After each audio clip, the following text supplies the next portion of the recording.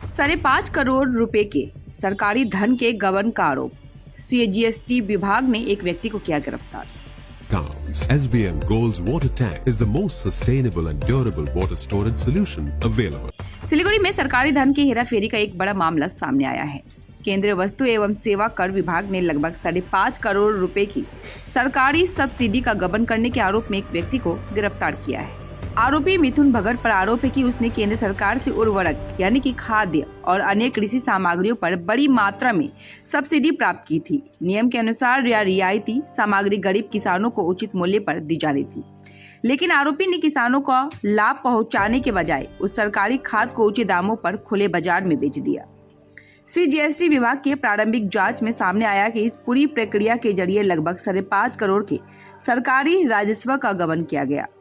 विभाग इस बात की भी जांच कर रहा है कि इस रैकेट में क्या कुछ अन्य लोग या अधिकारी भी शामिल है। गिरफ्तारी के बाद आज आरोपी मिथुन भगत को सिलीगुड़ी की अदालत में पेश किया गया, जहां से विभाग उसे हिरासत में लेकर पूछताछ करने की तैयारी में है, ताकि घोटाले की तह तक पहुंचा जा सके। এই ব্যক্তি এর ঠিকানা হলো দাসপাড়া, উত্তর দিনাজপুর।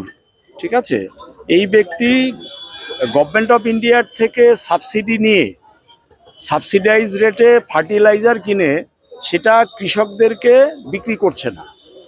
কৃষকদেরকে বিক্রি না করে সে দিচ্ছে হচ্ছে কমার্শিয়ালি বিক্রি করছে। সেজন্য এর ভিত্তিতে গত 12 ডিসেম্বর দাসপাড়ায় এর যে ঠিকানা সেখানে প্রথমে যায় ইন্টারসেপশন করতে, ইন্সপেকশন করতে, এবং মিঠুন ভগত একে বলা হয় যে আপনি কোঅপারেট করুন।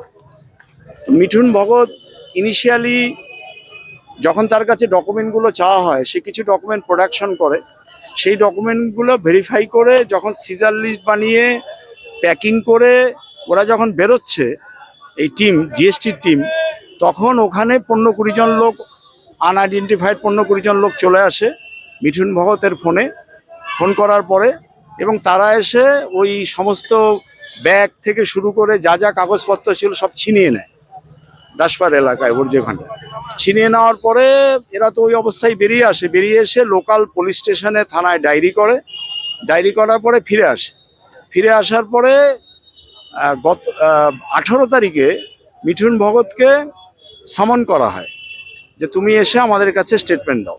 সমনের ভিত্তিতেও আমাদের হাকিমপাড়া অফিসে এসে প্রথমে দুবার আসেনি, তারপরে থার্ড টাইমে এসে স্টেটমেন্ট দেয়, এবং ও স্টেটমেন্টে বলে আমার যা যা ডকুমেন্ট চাইছেন আমি এটা দেবো, আমাকে একটু সময় দিন, খালি সময় দিন বলে যাচ্ছে, কিন্তু কোনো ডকুমেন্ট দেয়নি।